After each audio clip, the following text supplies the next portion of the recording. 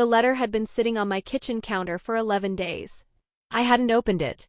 I knew what it said. I'd already gotten the call from Delia Marsh, the fellowship liaison at Feldman and Reyes, at 4:23 on a Thursday afternoon while I was standing in the parking structure on 5th Street trying to find my keys. She'd told me the selection committee had reviewed 31 applications. She'd told me mine was the one they forwarded to the regional board. She'd said the word congratulations twice, and I'd said thank you both times, and then I'd sat in my car for 6 minutes without starting it. The letter was just the paper version of that phone call. I left it there. It was 11:47 p.m. on a Tuesday when I finally picked it up, and I wasn't thinking about the fellowship at all. I was thinking about Marcus's face. He'd been sitting at the far end of my parents' dining room table on Hartwell Drive, close enough to hear everything, far enough that my mother seemed to have forgotten he existed. He was 14, and he had that particular stillness that kids develop when they've learned that drawing attention to themselves costs more than it's worth. He'd been working on his second helping of rice, head down, and I'd watched him stop eating when my mother said what she said. He didn't look up. He just stopped. I set my fork down on the edge of my plate, and the sound it made against the ceramic was very small and very loud at the same time. My name is Nadia Voss. I was 34 years old, and I was a lead urban planner at Feldman and Reyes Planning Associates in Dayton, Ohio. I got that title 8 months before this story starts, which meant I'd been working toward it for approximately 6 years, 4 of them while also finishing a degree I'd started at 22 and interrupted twice. The interruptions weren't dramatic. The first time I ran out of money. The second time my sister Petra ran out of something harder to name. Petra is 3 years younger than me, and we are not close in the way that some sisters are close, but we are bound in the way that people are bound when they've shared the same early years in the same house and carry the same memories of it. She'd had a difficult stretch in her late 20s, I won't detail it because it's hers, not mine, and when that stretch became a crisis, the practical question of what to do about her 2 children landed in front of me the way practical questions tend to land, without ceremony in the middle of something else on a Sunday. Cora was 5 then. She's 7 now, and she has her mother's directness and her own very specific ideas about which colors go together. She told me last spring that yellow and green were fighting colors and refused to wear them on the same day, and I found this so completely reasonable that I reorganized her drawer accordingly. Marcus was 12 when he came to live with me, and he is 14 now, and he is the kind of person who observes everything and confirms very little. He'd been through enough transitions by then that he had developed a working theory about adults, that they made decisions first and explained them later, if at all, and that the explanations were usually for the adult's benefit rather than his. He wasn't wrong. He wasn't bitter about it, either, just calibrated. He had a realism about him that was more than his age should have required. I loved both of them the same way I loved the work I did, not performatively, not with announcements, but with the part of my attention that doesn't turn off. I want to be clear about what my life looked like during those 2 years before the dinner on Hartwell Drive, because I think it matters to the shape of the story. I was working full days at Feldman and Reyes, often longer. Urban planning at the municipal level is not a field that respects the end of the workday. There were community board meetings, revision cycles, zoning hearings, consultations with infrastructure teams, revisions to the revisions. I was the lead on a revised transit corridor project for the Western Grid, a $6.3 million infrastructure redesign, which meant I was the person who stayed when other people went home. I kept a laminated copy of the original route map I'd drafted in my first year pinned above my desk at home, a reminder of what a finished thing looked like when the city finally said yes. I was also keeping a household running. Cora's school was on Bremer Avenue, 7 minutes from my apartment on Claremont Street. Marcus's school was 14 minutes in the other direction, which meant the morning routine required a specific sequence that I had mapped out and did not deviate from. I made dinner 4 nights out of 7. I helped with homework on the nights I wasn't too late. I kept the refrigerator stocked with the things they'd eat and not just the things I'd buy for myself. I did not announce any of this to my parents. My mother called twice a week and I answered when I could, and when she asked how things were going I said fine, or busy, or getting there. She did not ask about the specifics of the transit project or what the school conferences had said about Marcus's reading level. She asked about Cora's dance class because Cora was in a dance class, and she asked whether Marcus was settling in, which was a phrase she used the way people use phrases when they want to sound engaged without requiring a detailed answer. My father was quieter on this subject. He'd raised his own concerns about the arrangement when it first began, practical concerns, logistical ones, the kind that were easy to argue and easier to ignore, and when I'd made the decision anyway, he'd moved on. He didn't revisit it. He helped once with a plumbing issue in the apartment bathroom, and he and Marcus had spent 40 minutes on the floor of that bathroom together replacing a valve, and Marcus had handed him tools without being asked, and something in that had apparently resolved whatever my father had been calculating, because he never raised the settling in question again.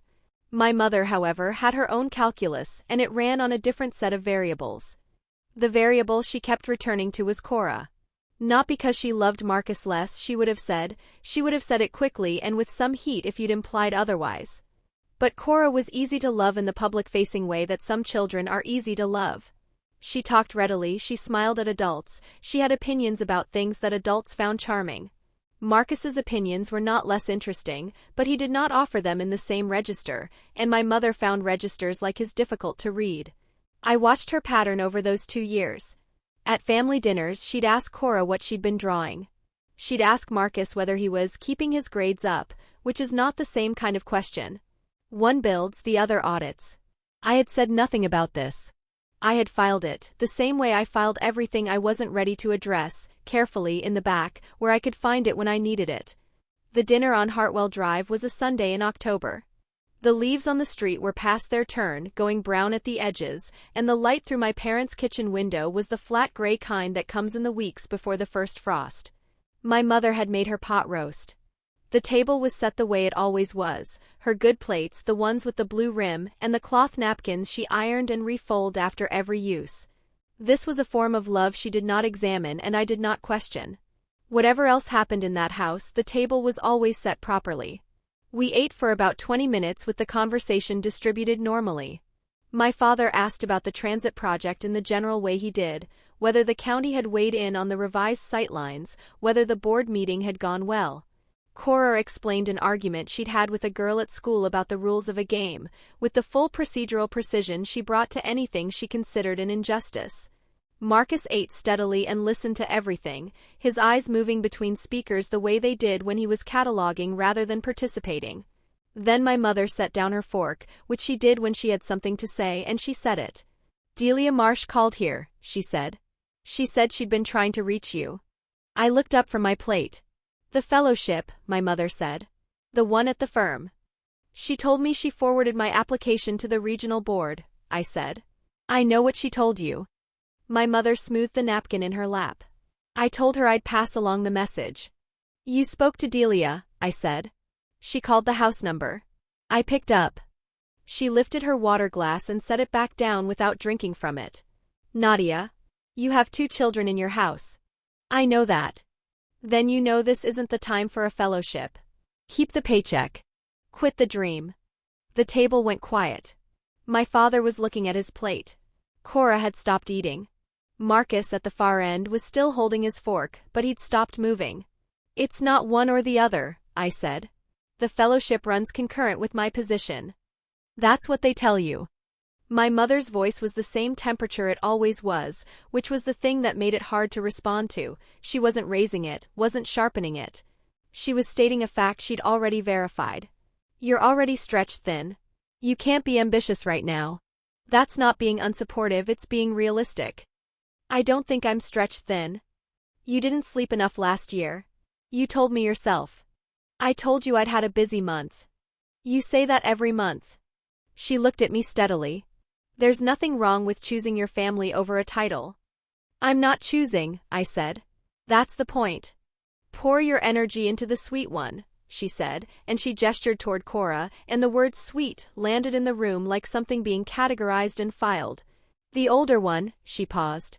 I watched her choose the rest of the sentence. "He's a harder case. You're not going to fix that with a fellowship." I heard Marcus set his fork down. Something went still in my chest. Not anger, not grief, just a particular flatness, the kind that arrives when something you'd suspected gets confirmed in the open air. "Marcus is not a harder case," I said. "I'm not saying it to be unkind." My mother looked at me with the expression she used when she was being patient with someone who wasn't keeping up. "I'm saying it because I've watched you give everything to these 2, and the one who responds is Cora. That's not ungrateful, that's just, some kids take more than you have to give. That's enough, I said. I'm saying this because I love you. I know. I picked up my fork. I set it back down. I know you are. Across the table, my father was looking at the wall above the window. Cora had her hands folded in her lap. Marcus had not moved. I looked at him then directly and he was looking at me. His face was doing nothing readable. But he'd heard every word. We left 40 minutes later. I buckled Cora into the back seat. I pulled out of the driveway on Hartwell Drive. I turned left onto Crescent and took it to the interchange. I drove the speed limit. I turned on Cora's radio station, the one she'd programmed herself, third preset. I took the exit for Claremont Street. I parked in the lot behind the building. I got out. I unbuckled Cora. I took the grocery bag my mother had sent with us from the trunk. I locked the car. I walked to the stairwell door. Marcus walked beside me and didn't say anything, and I didn't say anything, and the stairwell was cold and smelled like the concrete it was built from. I got Cora to bed at 8:40. I washed the dishes from the morning. I checked the work calendar on my laptop. I closed the laptop. At 11:47 p.m.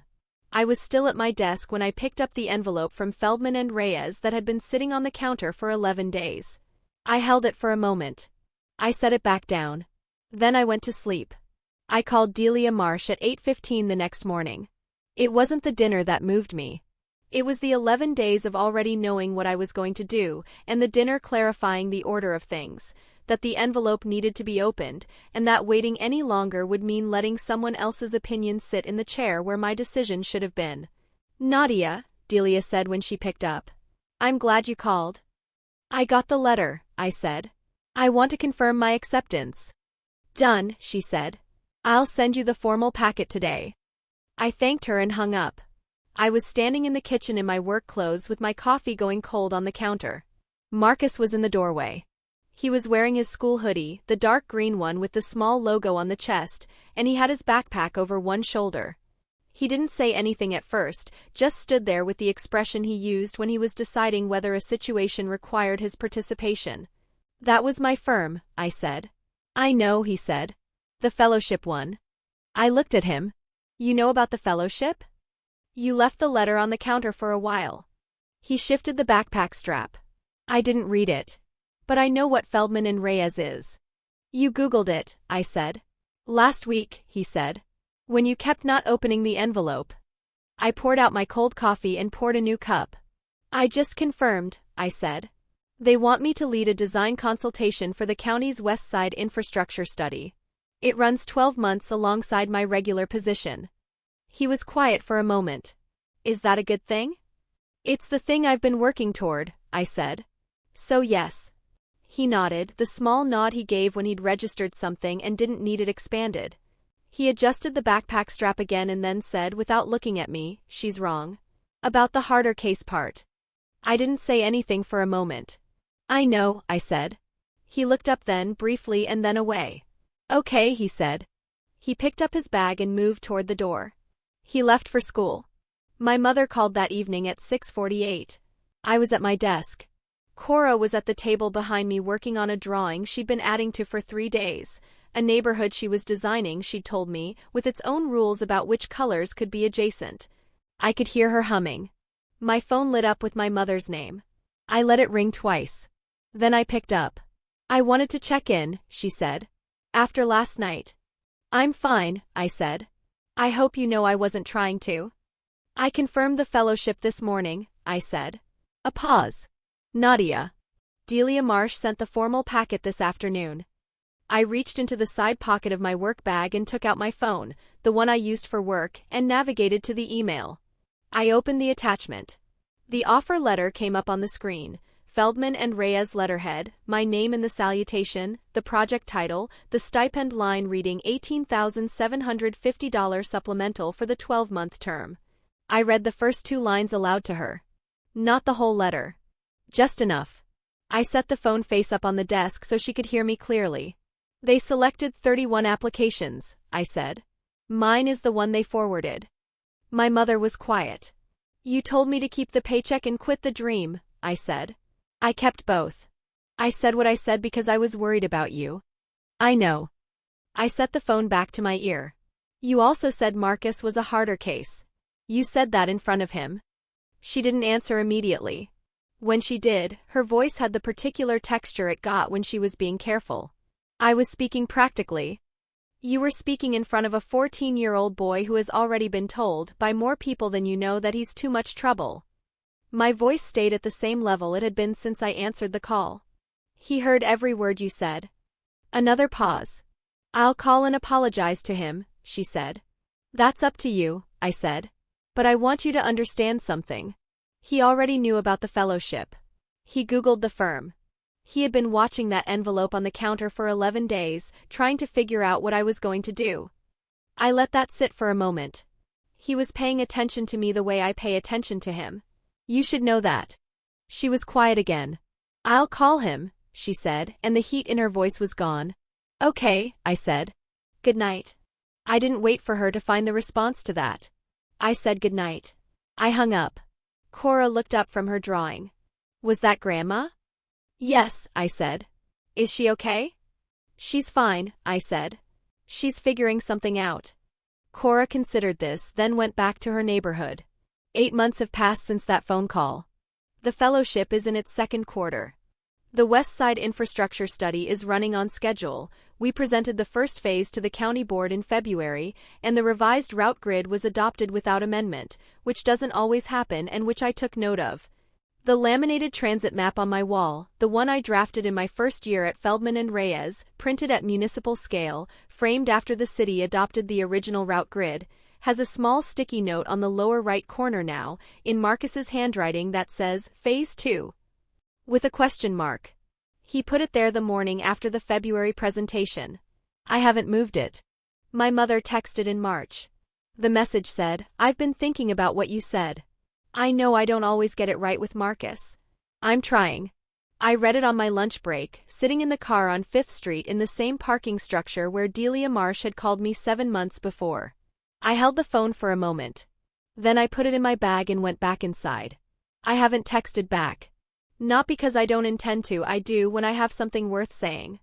But the things worth saying take time to find, and I'm not in a hurry.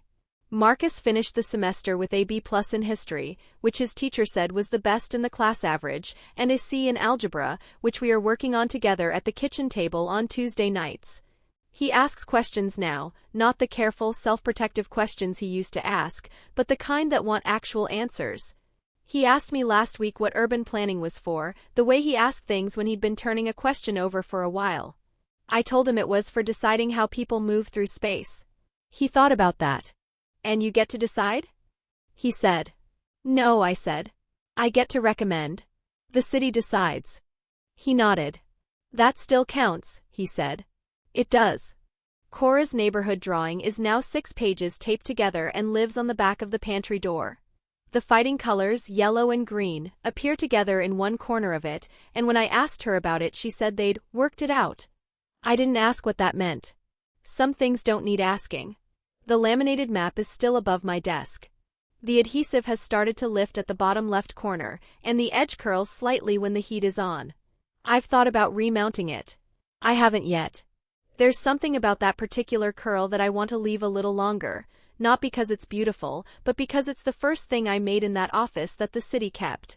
If any part of this story is yours, if you've ever been told to choose between the practical and the real, share it. Someone out there is still standing at that counter holding the envelope.